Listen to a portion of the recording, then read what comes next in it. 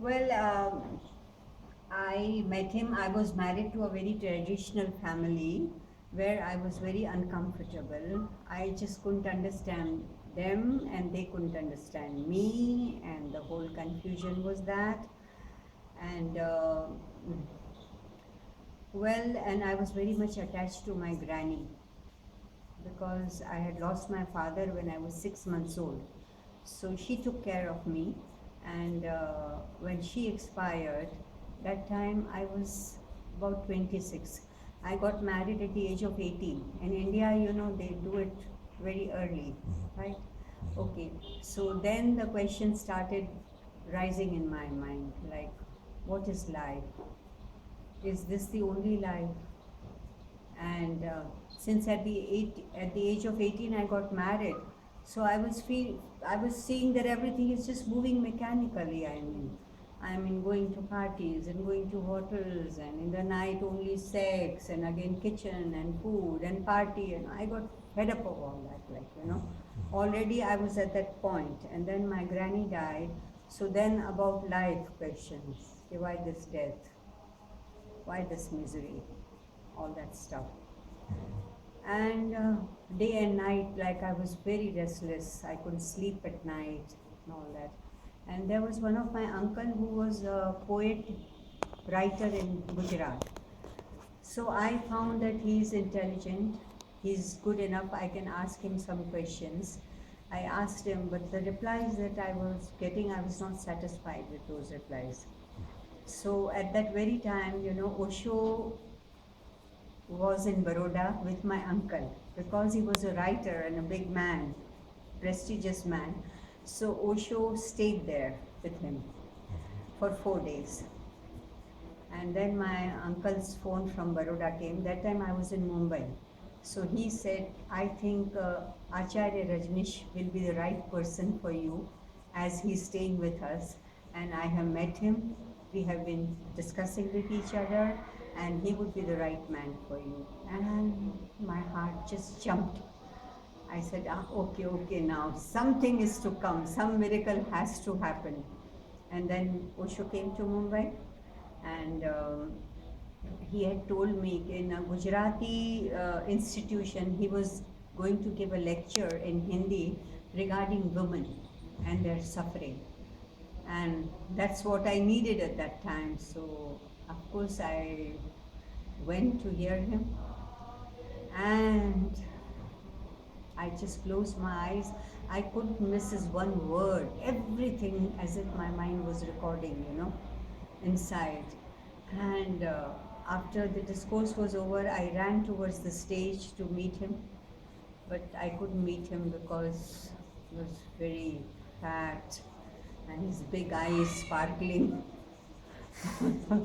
They scared me, of course. So I said, no, I can't meet this man, it's not possible. So without meeting, I just went back. And then again, after 6 months, he came to Mumbai again, and a very big crowd was there. And this time when he talked, they don't run away from pains. And in everybody's life, a moment comes, either there is transformation, either there is revolution or suicide. And I said, yeah, that's right, I'm just at this juncture. Many times, of course, I felt that I should finish my life now. I don't want to continue my life anymore. And that was the time I went. He came down from the stage. All people were going and touching his feet. I was just standing aloof, watching. And when the crowd had lessened, he looked at me. He came towards me, like this. And he said, good you have come. Come and meet me. So I said, where do you stay? So he said, I stay in Wadala, and that's where I was staying in Mumbai. Just 5 buildings away, he was there. Oh my God, I was so thrilled. And because I couldn't go alone to meet him, it was not possible. So I took my mother-in-law along with me. Then a very big saint has come, let's go and let's do his darshan. And I prepared her and I took her with me. We went there, and he was just sitting on the bed and there was one chair over there. So my mother-in-law sat there and there was no other chair. So I sat on the bed beside him. And we did this, and then I was very nervous. I didn't know what to say. And my mother-in-law also, because she didn't know Hindi. So she also kept quiet after saying this. That's all. And then I was just looking at him, and then he petted me. Like, from the tailbone, he moved his hand up, and I got an electric shock from here to here. I just became so nervous, and I was literally sweating, and my mother-in-law saw this. She didn't like a sadhu touching a woman. No way. She immediately got up. And I understood. And then Osho asked me what happened. I didn't have any reply because I didn't know. I myself was nervous also. Okay, what's going on, And then, yeah, okay. And I said, okay, now we won't take much of your time. Namaste. And he walked out. My mother-in-law moved first, and I was at the door, and he told me, you write to me. Take the address from Ishwar Babu, the flat where he was staying, Osho. I said, okay. And then I took the address, but I didn't write. After 6 months, again, I met him in the discourse. And when I went near him, he said, okay, I was waiting for your letter, you didn't write to me. And that took me. I said, a man who doesn't know me, I don't know him much. I just liked him because of the discourse and all that.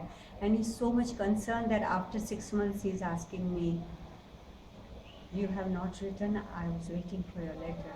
And that, of course, definitely opened up my heart.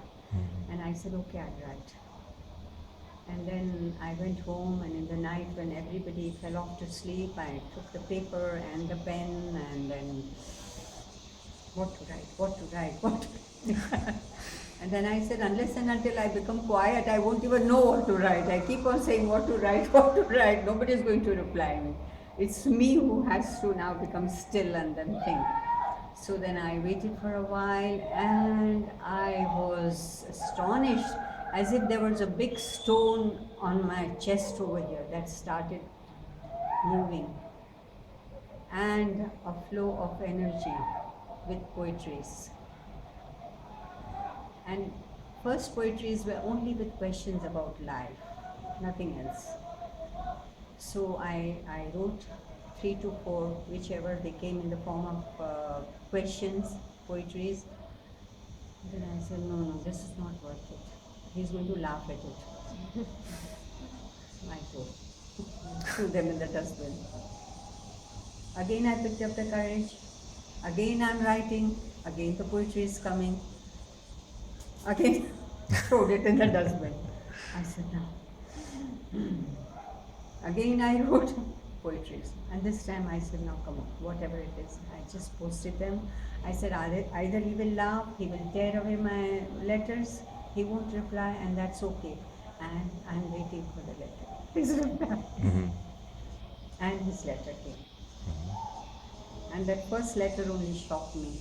He says, the questions are so beautiful, live with the questions. And how do you translate ऐसी हिंसा में मत पड़? Don't kill your questions. Live with them, and don't do violence to your question. Don't do violence with your questions. Answer is killing the question.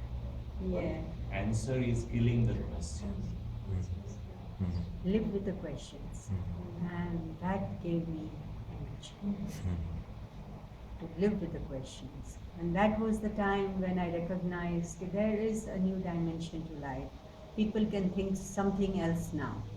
So after that, I went on writing to him. I met him. And my first experience and my first touch with him was only of sex, nothing else. I went into that romantic mood and all that. And of course, I knew that I'm already exhibited in front of him what's going on in me. So I would go near him and then again run away also from him because I got scared of myself. Then he said, Shobhana, don't run away. You'll go mad if you run away from me. So you come and be with me. And that's it. And then first time he invited me to Udaipur and I was in flight with him and we were sitting in the front seat and he was playing with my bangles. I was enjoying that romance. But I was very quiet and still, so he said, why are you so quiet and still? I said, no, I feel guilty that what happened with great man and what am I expecting from the great man, like, you know. He said, no, no, the love starts with the body. And of course, the meeting of body is for a few moments. And if the love goes deeper, and when you get connected with the mind, that love goes deeper. But that also is limited. You love me very much? I said, yeah, I do. Then he said, I can meet you only in Samadhi. That is meditation. So that is how he gradually uplifted me. The whole importance of Osho is that any person who would go near him, because generally Indian sadhus, you know, they maintain a distance. You go, you say namaste, you touch their feet and they'll say, oh, fine, go. He was the one who would really get connected with you, be concerned about you. And a very common woman who's living with the society, in traditional family, who doesn't know anything about life, I mean, how that man can uplift me. That is important about him. And there where, you know, my love started deepening slowly and slowly. And that deepening, of course, transformed into devotion. Even then, I was swinging between the devotion and my sex. I was definitely toiling with that. And I couldn't connect myself with my husband. No way it was possible. And something else happened that, like, my husband and me used to sleep in the double bed together. But whenever he would touch me, he would get a shock. So he got scared of me and he separated the bed. In one room, he separated the bed. And I said, thank God. I am relieved now. That's it. And this is how the things went on. And I was swinging between, of course, the romance and devotion till he went abroad, America. When he went America, and that was the time the real sadhana happened.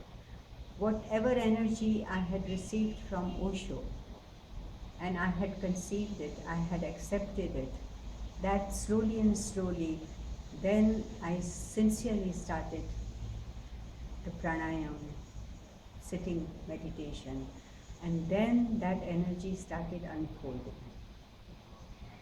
And when we were near, every time he would show me the points of chakras and how they get connected and how you can be free out of the society and the concepts and your old ways of life, and then the energy frees from the earth and starts moving upwards towards the ground. And whenever he would touch my centers, I would feel the energy, literally feel the energy.